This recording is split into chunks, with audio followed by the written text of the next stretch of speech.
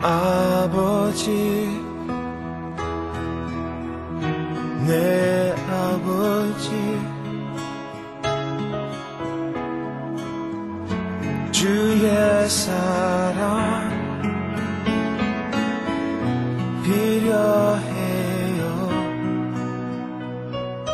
아버지, 내 아버지,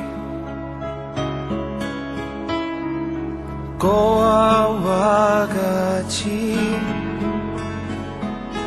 두지 마소서. 나의 위로 피난처, 내 영혼의 치료자,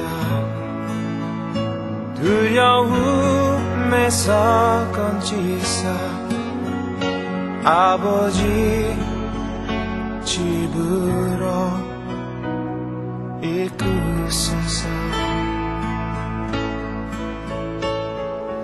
아버지, 내 아버지, 나의 이름 부르소서. 아버지, 내 아버지, 아버지 집에 날 받아주소서. 나의 위로 피난처, 내 영혼의 치료자, 두려움에서 건지사 아버지 집으로 이끄소서. 아버지,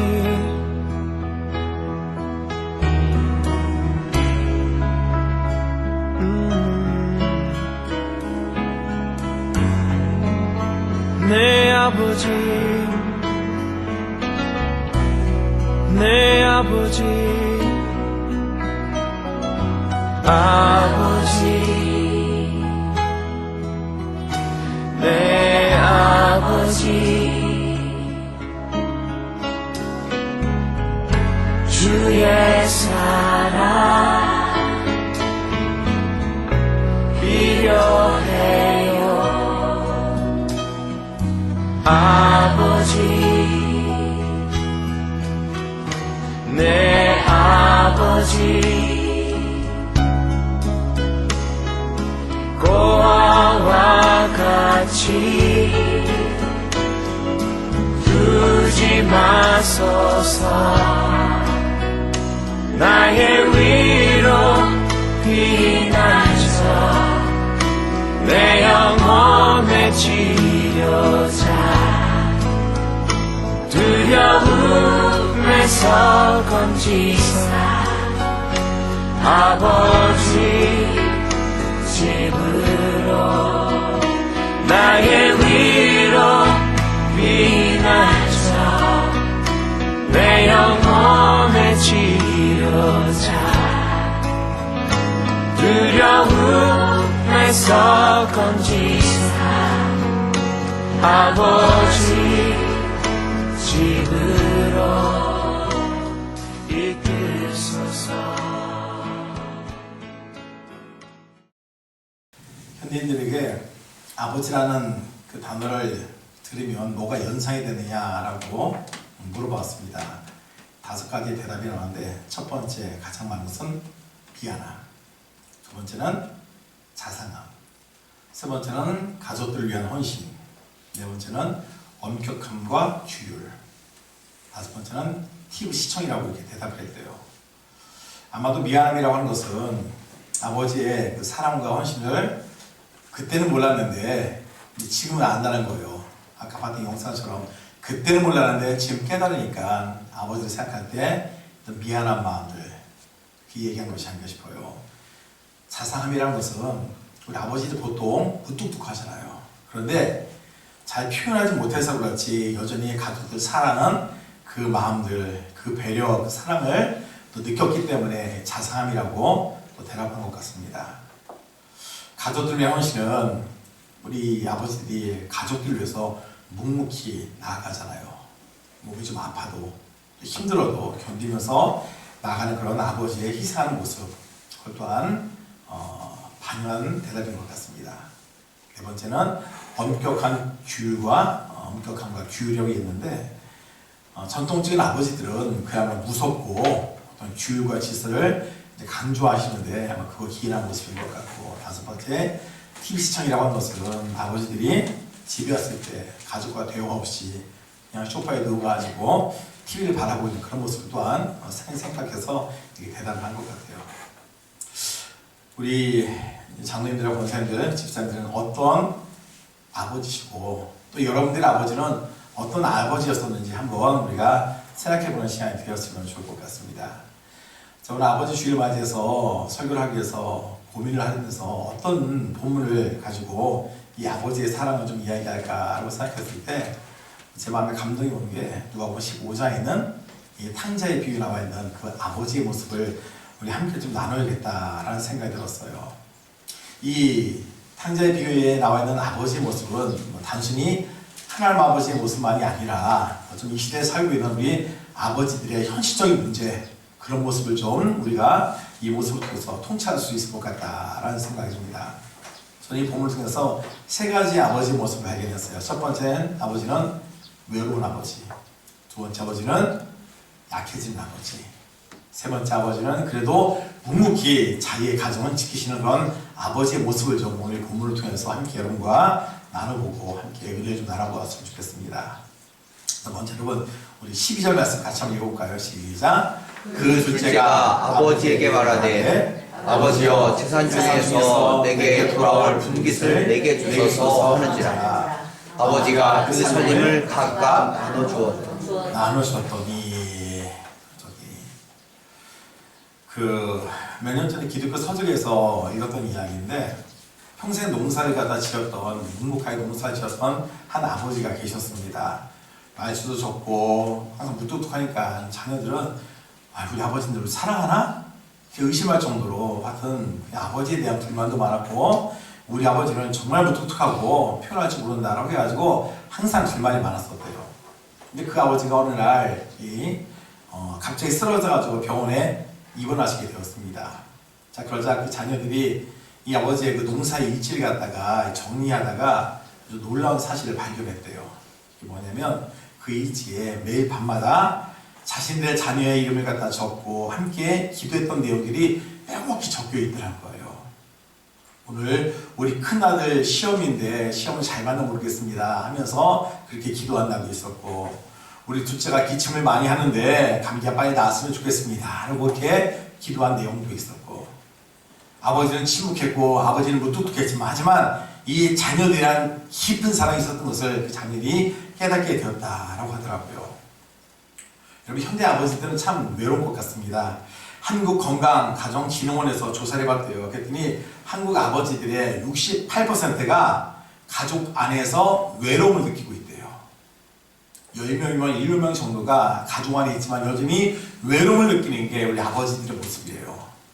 아침 일찍 출근하고 늦게 귀가하고 하다 보니까 피곤해서 가족들과 별로 얘기할 수 있는 상황도 없고 생업에 집중하다 보니까 그냥 힘들게 하루하루 버티고 살아가는 모습, 그리고 감정 표현도 서툴러가지고 어쩜 쉽게 얘기하지 못하고 그냥 정서적 고립을 겪고 있는 게 우리 시대의 아버지들의 모습이 아닌가 싶습니다. 근데 오늘 누가복음 15장 말씀도 보니까 여러분 그 아버지가 그냥 비슷한 아버지신 것 같아요. 자, 오늘날 둘째 아들이 와서 뭘 얘기하고 있죠? 아버지 출산 중에서 내게 돌아올 분깃을 내게 주십시오. 이렇게 아주 둘째 아들이 무리한 행동을 합니다. 여러분, 이 유대 사회에서 재산을 언제 받냐면 우선은 아버지가 돌아가신 후에 받는 게 맞아요. 근데 아버지가 살아계신데 유산을 달라는 것이 어떤 것을 의미하냐면 우리 아버지는 죽은 사람으로 생각하는 것과 똑같은 의미를 갖고 있다는 거예요. 당신은 어쩜 죽었으면 좋겠습니다. 그런 것을 내포하고 있기 때문에 절대 해서는 안 되는 일이라는 거예요. 그리고 이런 불효자는 마을 공동체에서 완전히 쫓아내는 것이 그대 유대 사회의 모습이었던 것이죠. 여러분, 그런데 그 아버지의 반응을 보십시오. 이 아들한테 뭐라고 합니까? 아들한테 혼내킵니까? 그리고 싸웁니까? 아니에요. 그냥 그 아버지가 그 살림을 각각 나눠주었다라고 간결하게 지금 말하고 있는 거예요. 아들의 요구에 대해서 속상하지만 힘들지만 그냥 침묵하면서 아들의 요구를 갖다가 들어주는 이 깊은 사랑의 모습이 이 아버지의 모습 가운데 지금 우리한테 보여주고 있다는 거예요. 아들의 뜻을 존중합니다. 그리고 그 마음 가운데 그래 언젠간 돌아오겠지, 그런 마음을 가지고 끝까지 기다리는 것이 바로 우리 아버지의 모습이었다는 것이죠.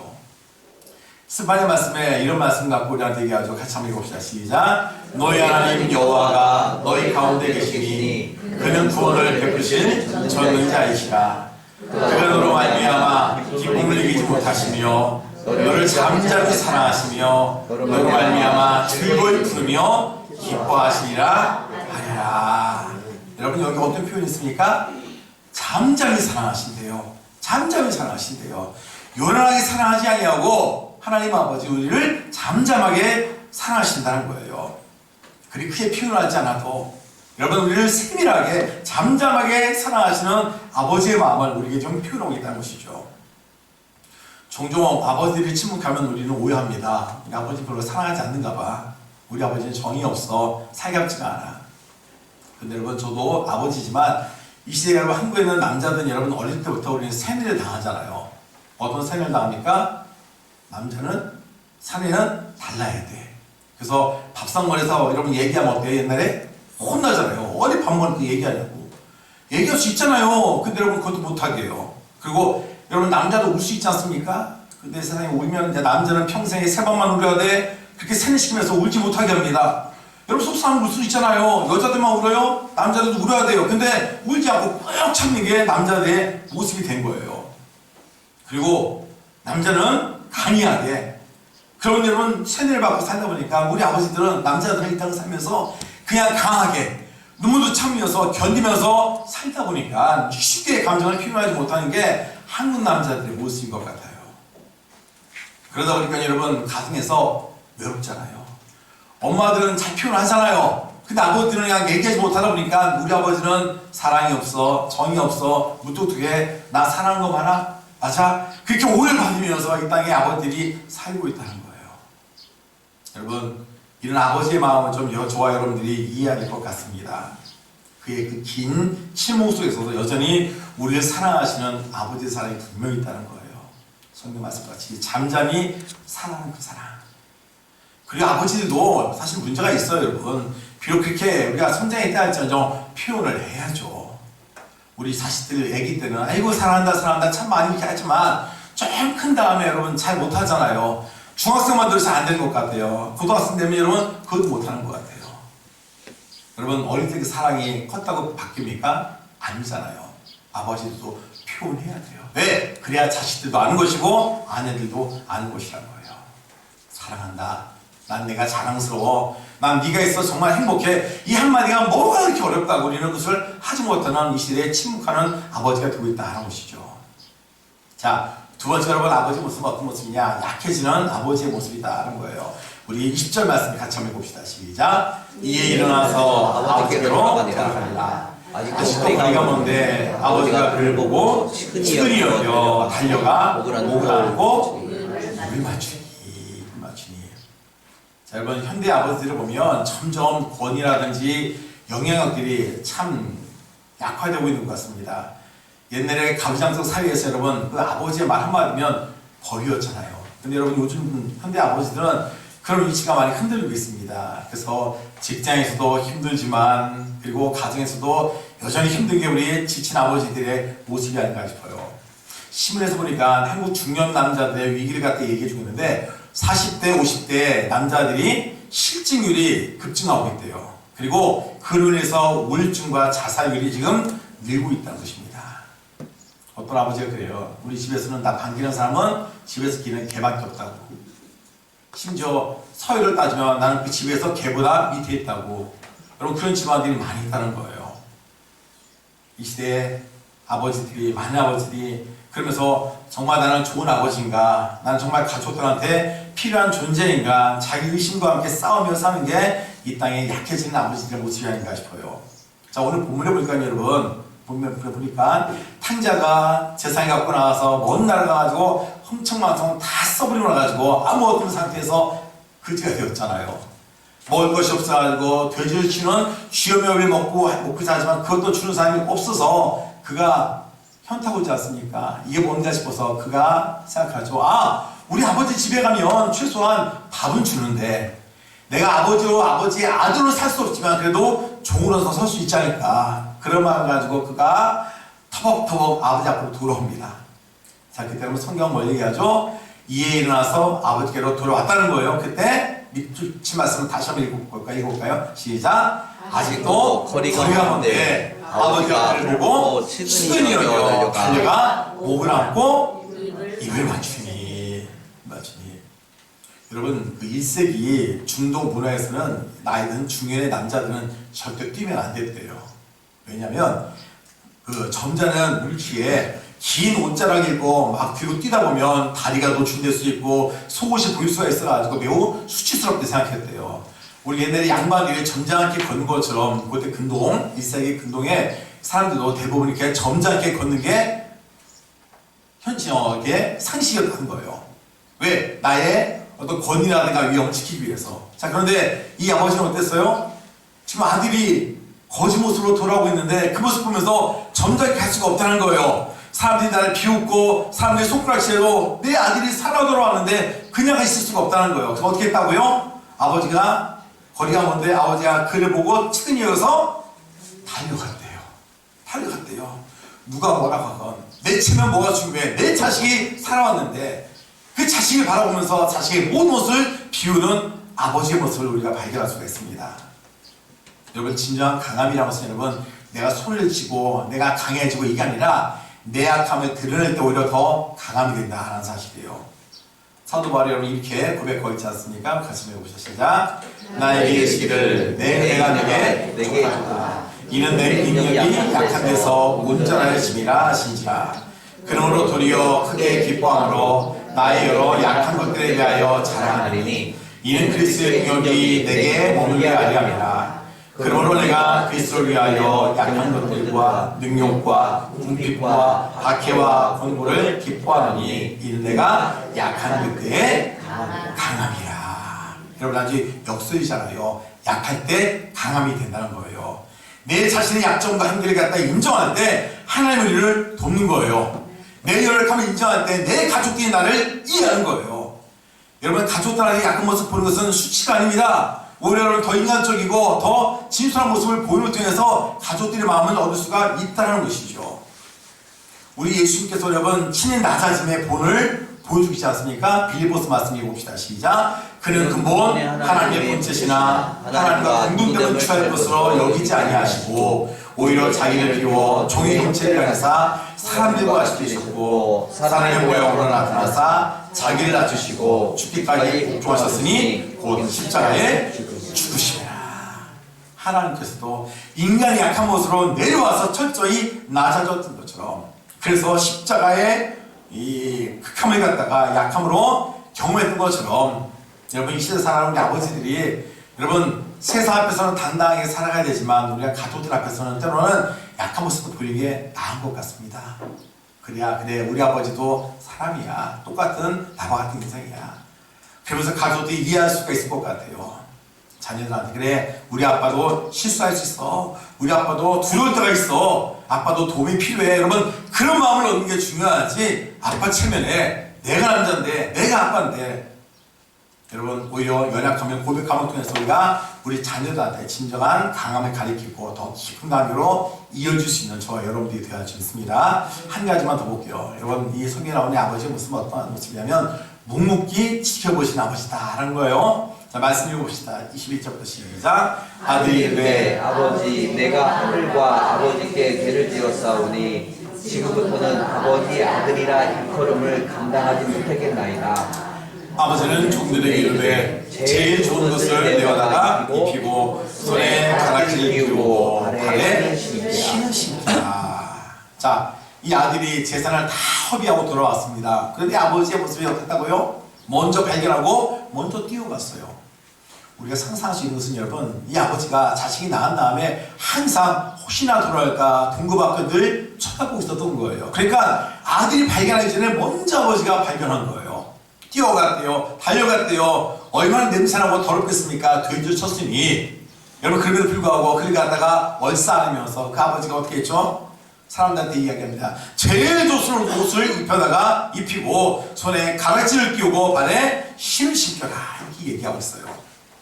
그 당시 여러분, 좋은 옷을 입히는 것은 뭐냐면 가문의 영광, 가문의 권위를 지금 상징하고 있는 거예요. 그리고 가르치는 뭡니까? 가족의 이름이라는 거예요. 이 아들이 돈을 비록 탕진하고 왔지만 이 아들은 여전히 내 아들이야.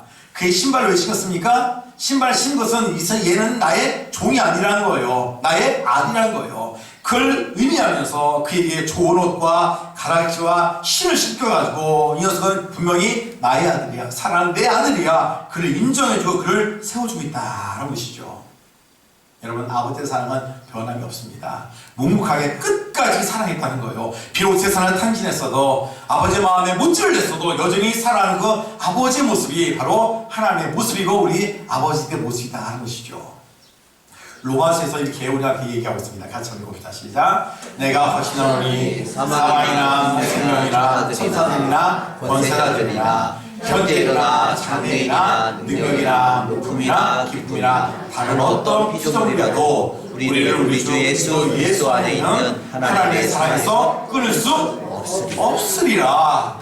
여러분, 그 어떤 것도, 어떤 환경도, 어떤 사람도 하나님의 사랑에서 우리를 끊을 수가 없습니다. 여러분, 내 사랑이 아니에요. 하나님의 사랑에서 끊을 수가 없는 거예요. 여러분들이 여러분 자식들을 정말로 사랑하기 때문에 자식의 사랑, 자식을 버릴 수가 없잖아요. 그게 아버지의 사랑인 것처럼 하나님이 우리에 대해서 그 사랑을 끊을 수 없도록 우리를 사랑하신다고 말씀하고 있다는 거예요. 아버지의 변치 않는 사랑, 하나님의 변치 않는 사랑처럼 우리 아버지의 사랑도 분명히 변치 않는다는 것이죠. 여러분, 저도 아버지고 우리 아버지들 계시지만 여러분, 자식들이 실수해서 넘어져도 아버지는 일으켜 세우기를 원합니다. 경제적으로 정말 힘들고 어려움 가운데 있을 때 여러분, 어떻게라도 자식을 돕고자 하는 게 분명히 아버지의 마음일 거예요. 여러분, 자식을 위해서 내 꿈도 내 욕망도 모든 걸 포기하는 게 우리 아버지들의 모습이다라는 것이죠. 어떤 목사님이 이렇게 얘기를 하는데 자신의 아버지가 평생 공장에서 일하시면서 세 자녀를 키웠대요. 아버지의 꿈이 있었대요. 본인이 하고 싶은 것이 있었대요. 하지만 우리 아이들에게 안정적인 직장을 가지고 애들을 돌보기 위해서는 지금 내 꿈이 중요한 게 아니야. 그 아이들을 위해서 30년 동안 같은 회사에서 힘들게 그 아버지가 일을 했다는 거예요. 은퇴한 다음에 아들들에게 이런 말을 했답니다. 내가 평생 공장에서 일한 것은 너희들이 꿈을 꿀 수 있는 환경을 만들어주기 위함이야. 이것이 바로 변함없는 아버지의 마음이겠죠. 시편 여러분 103편에 얘기합니다. 아버지가 자식을 불쌍히 여기까지 여호와께서는 자기를 경외한 자들을 불쌍히 여기신다. 하나님은 여러분 우리를 향해서 정말 아버지의 사랑으로 말씀합니다. 변함없이 우리를 사랑하신다고. 이 시대 가정들이 해체되고 많이 여러분 힘들어하고 있는데 여러분 분명히 기억하실 것은 어머니의 사랑도 위대하지만 여러분 아버지의 사랑도 분명히 위대한 거예요. 다만 표현하지 못하고 다만 여러분 얘기하지 못하다 보니까 우리 아버지의 사랑 여러분 우리가 의심하고 그것을 갖다 이해하지 못하던 나중에 후회하는 경우도 있잖아요. 우리 아버지가 저희 아버님께서 지금 돌아가신 지가 좀 됐지만 전 저희 아버지가 되게 엄하기만 할 줄 알았어요. 항상 소리를 치시고 항상 화가 많으시고 항상 급하시고 그러니까 어릴 때는 늘 아버지가 정말 두려움의 존재였고 참 어렵고 힘든 분이었었어요. 근데 나이가 드시고 지금 제가 이제 그 아버지의 나이가 되고 하다 보니까 이제는 그 아버지의 모습 가운데 그 모습이 제 모습 속에서 나타나더라고요. 저도 어쩔 수 없는 우리 아버지의 아들이었고 그러니까 그 아버지의 모습을 저는 이해할 수 있는 것 같아요. 저희 아버지가 10남매 중에서 둘째였었어요. 근데 큰아버지가 이제 돌아가셔가지고 거의 장남처럼 살다 보니까 얼마나 치열하게 살았나 몰라요. 우리 할아버지는 그야말로 한량이셨어요.